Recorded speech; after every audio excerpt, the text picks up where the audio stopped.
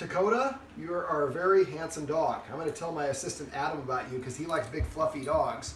We were wondering about your breed. I don't think I've worked with one of you guys before, but you are all kinds of fluffy. Do you shake? Do you shake? That's good because you already put your paws on people too much.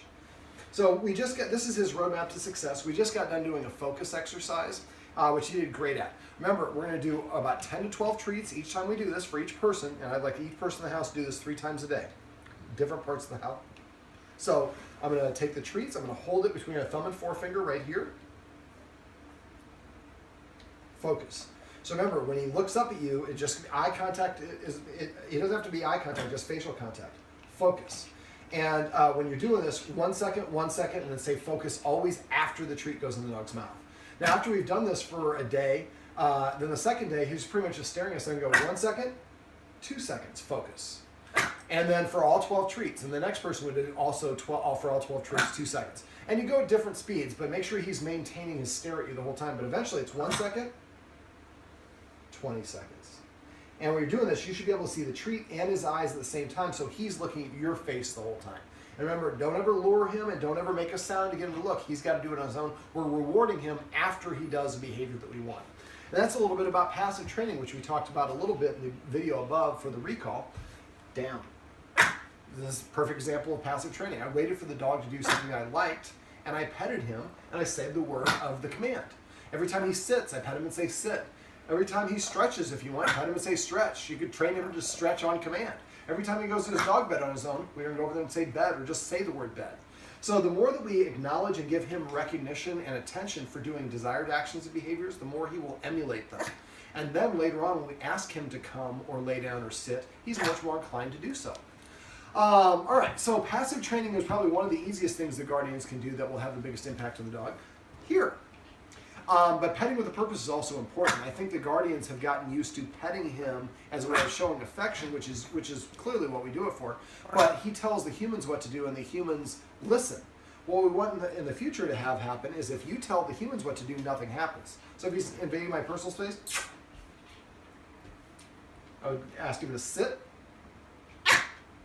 Sit. Then pet him, remember, under the chin whenever possible. I can pet him for an hour now afterwards.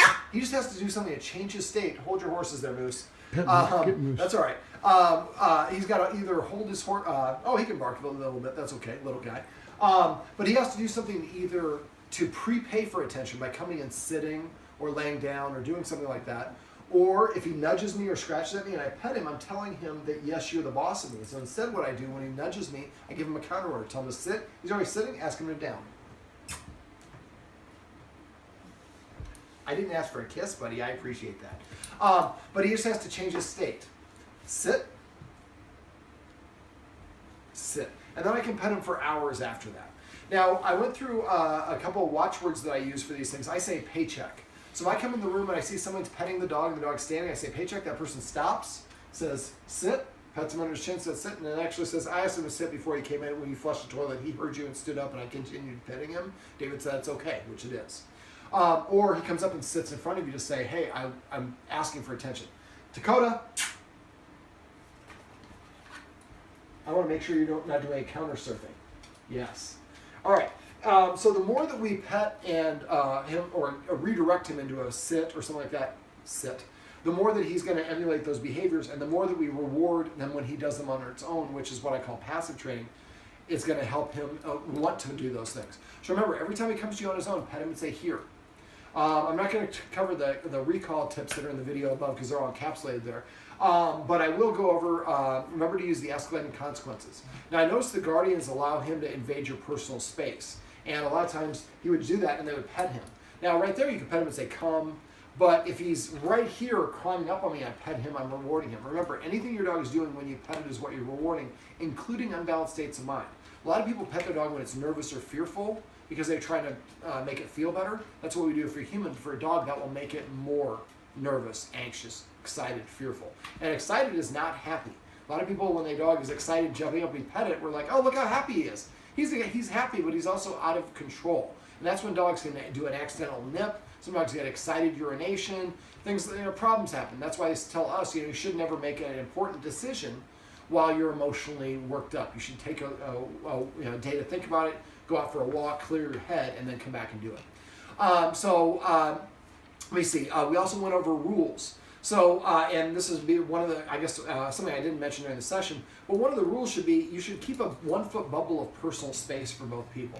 And if you want to invite the dog to invade your personal space, you're asking the dog to do it. But right now, the dog is invading people's personal space, and they're petting him, and it's training him to do that. And anything he does with us, he's going to do with everybody. Now, the more that we enforce rules, some of the rules one of the rules is no furniture for at least 30 days or as long as the problem's still going on. Another rule is he has to sit before we let him in out of the door. We have a dog door, which is awesome, but maybe for the next month, we don't use the dog door for periods of the day. And if he wants to sit, he's got to go here. Passive training. He's got to go sit at the door.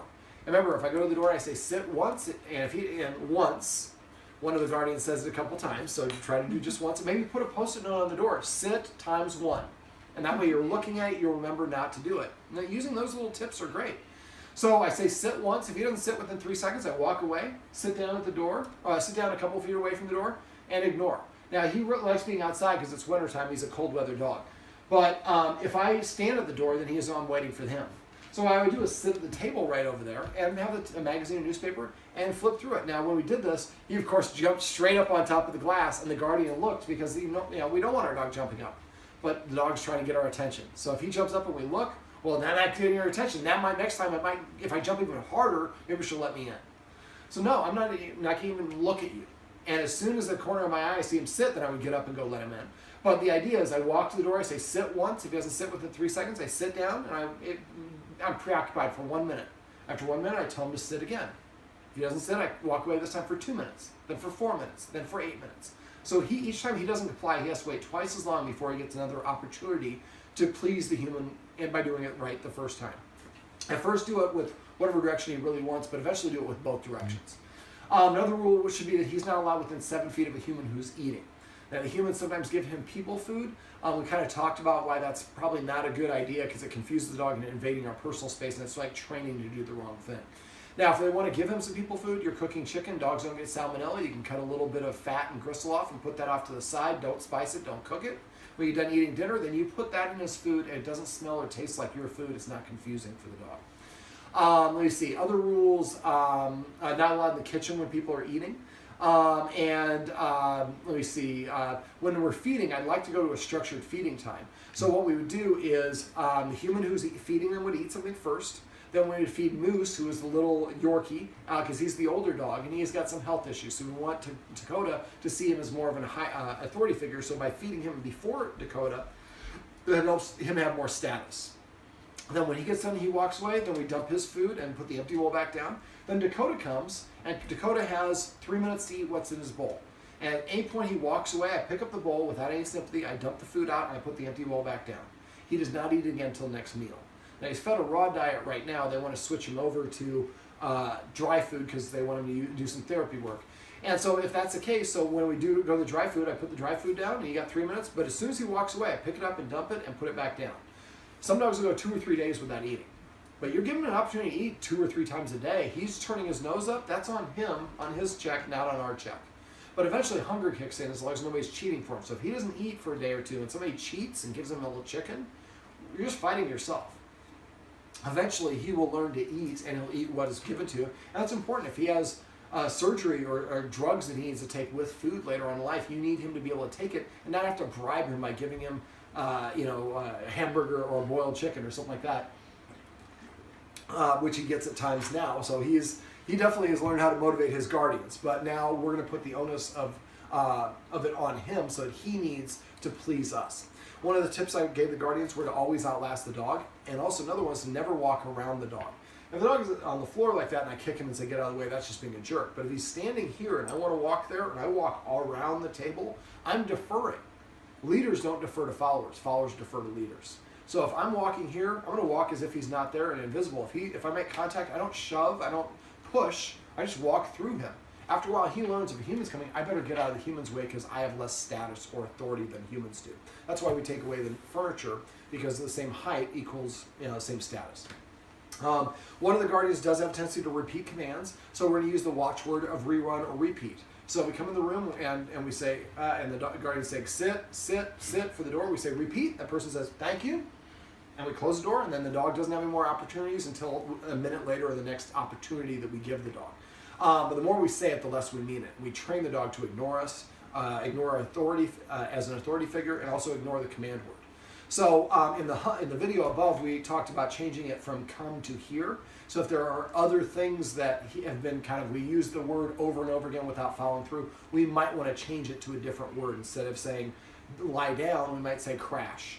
Remember, I like to use fun command words because dogs can read human facial expression. So if my dog lays down and I say crash and she flops down the ground, most people laugh and she feels so good. She wiggling. She pleased people. Dogs want to please us if they know how to. We just usually do a pretty poor job of communicating what they can do to make us happy. But the more the guardians enforce the rules and boundaries, the more the dog sees them as an authority figure. The more that they consistently outlast the dog and follow through, the more he sees they're acting like a leader because they mean it, because they're willing to burn the energy and keep after me until I do what they want. And as soon as I do what they want, they give me a reward. It's rewarding to listen to humans. It's beneficial. And now the dog has more motivation, or I would say leverage, but more motivation to listen to us. And the more we reward desired actions, behaviors through passive training and petting with a purpose, every time I sit next to them, they're petting me, say sit. Then when I'm in the backyard yelling and they say sit, I'm happy to sit because I'm so used to doing it. I have muscle memory for doing that.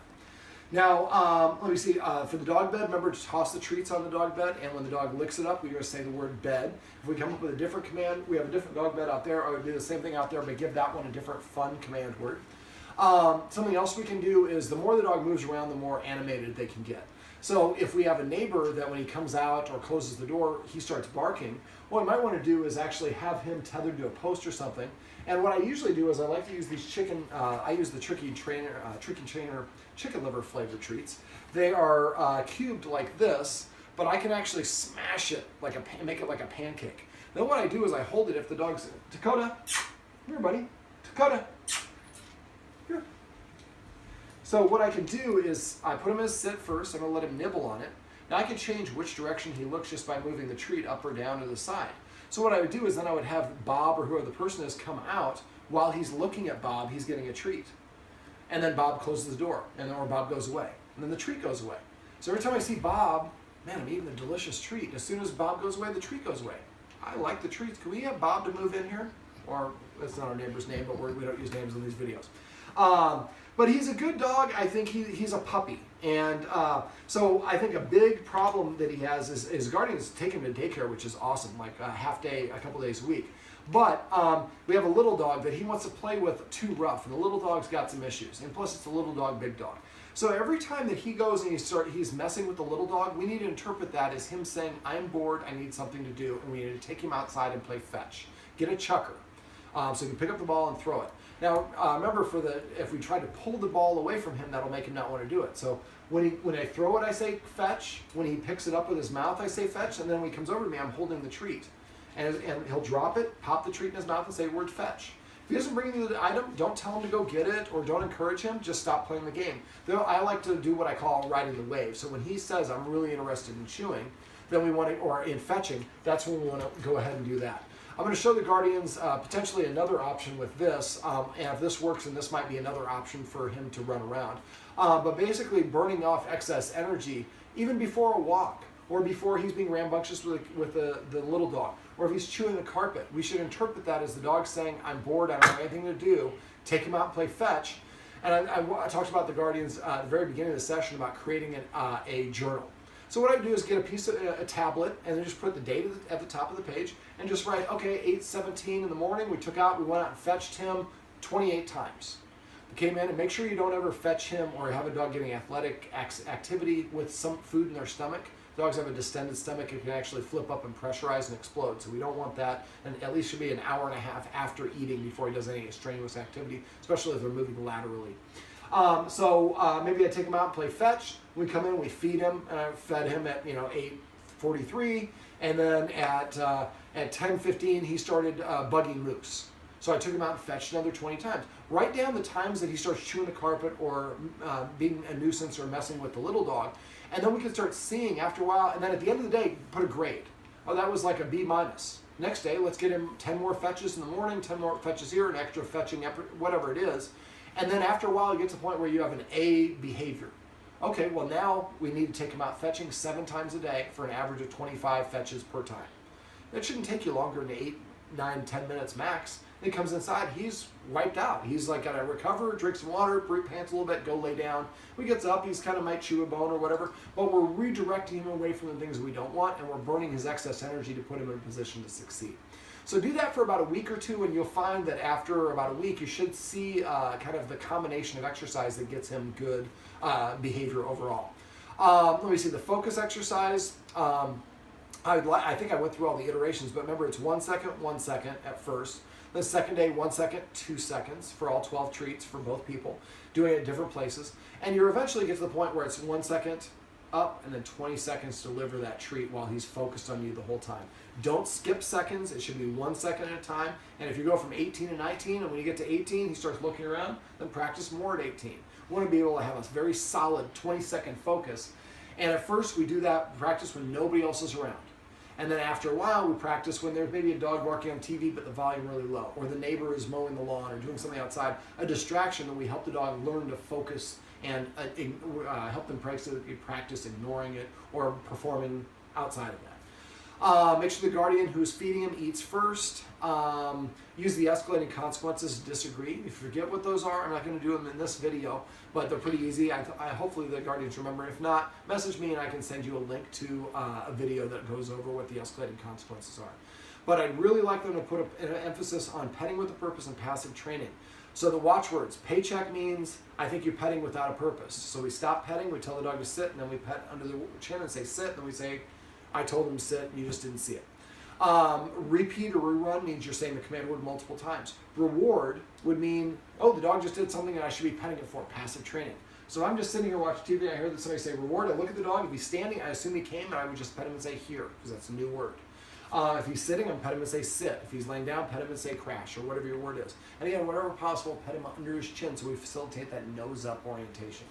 The more we reward him for desired actions, behaviors, the more he's going to emulate them instead of doing the nuisance behaviors, which I think we've kind of inadvertently trained him to not do the things we don't want to get our attention. Now remember, unbalanced states of mind also can be reinforced. So if the dog is excited, we pet him when he comes home, we're going to make him more excited the next time. More fearful, more stressful, whatever it is. If your dog's stressed or nervous or anxious, you can let him know I'm here with you by touching him without petting him and without reinforcing it. But if possible, we would like him to redirect him towards playing a game of fetch or focus or something else to get him to stop thinking about whatever it is. I'm trying to think, is there anything else I forgot? I'm sure I forgot a lot. I cover a lot in 3 hours. But if the guardians have any questions, I want them to call me or text me.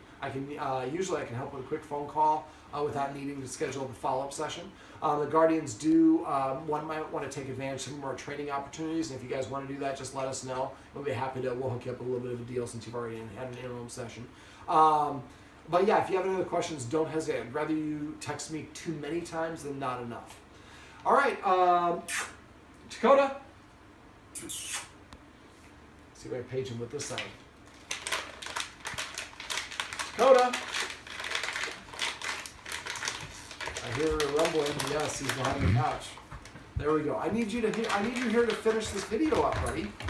Good job of not ruining the computer. How about we come over here? We need good camera presence. You're such a handsome boy. Come here. You're an itchy boy. Come here. Let's finish up this video, and I'll help you scratch it. Come here. All right. This is Takota, and this is his roadmap to success. Remember, everything you do trains your dog. Only sometimes you mean it. Isn't that right?